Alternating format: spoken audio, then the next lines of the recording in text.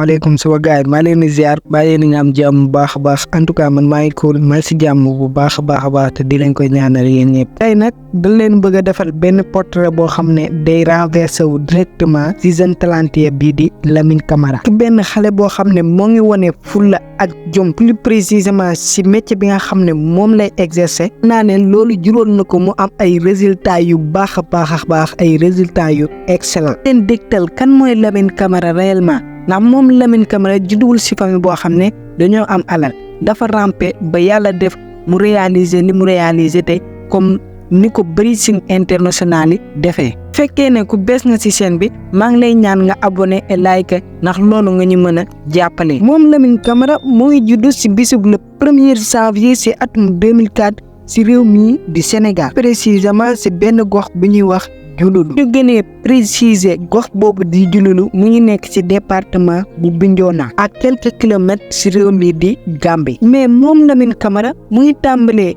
ay formation am ci métier mi di football plus précisément ci benn club bu ñuy wax Galaxy FA mu nekk plus précisément ci capitalu Sénégal bii di Dakar. mais un an après moom Lamine Camara dafa delluwaat ci dëkkam bii di Bignona plus précisément ci club bu Ziguinchor bii di Casa Sport. ci noonu ci lañ ko surclassé moom Lamine Camara ci équipe des jeunes bu club boobu di Casa Sport. ci atum 2019 ci la Lamine Camara am accord ak benn club bi ñuy wax Génération Foot bu Madi Touré. mën naa ne loolu moo nekkoon premier contrat professionnel bu jëm ji di Lamine Camara. ginnaaw bi nga xam ne moom Lamine Camara rejoindre na Génération Foot dañ ko illustré rapidement ci première division bu Sénégal. mais plus précisément ci février ci atum 2023 moom Lamine Camara ci la ko benn équipe bu nekk fële ca France recruté bu ñuy wax FC Metz. naa ne FC Metz boobu sax suñu joueur professionnel yu bëri jaar nañ ci club boobu. ci mel ni Sadio Mané ak Ismaïla Sarr ak ñeneen. waral loolu nag mooy que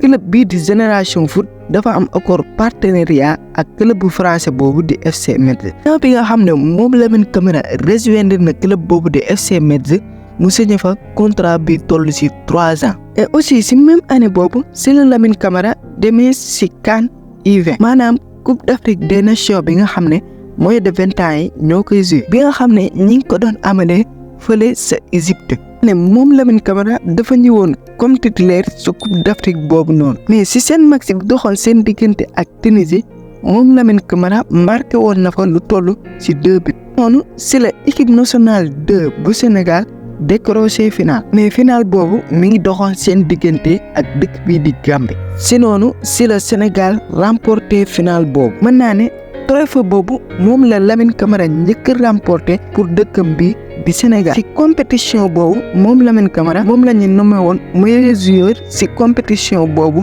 en phase de poule. gars yi loolu moo nekkoon vidéo bi bu fekkee ne abonné goo maa ngi lay ñaan nga abonné et like vidéo bi ndax loolu rek nga ñu mën a jàppale. bu fekkee ne bëgg ngaa découvrir comme mooy Kalidou Koulibaly wala sax Edouard Mendy maa ngi lay bàyyil lien vidéo bi ci suuf description bi.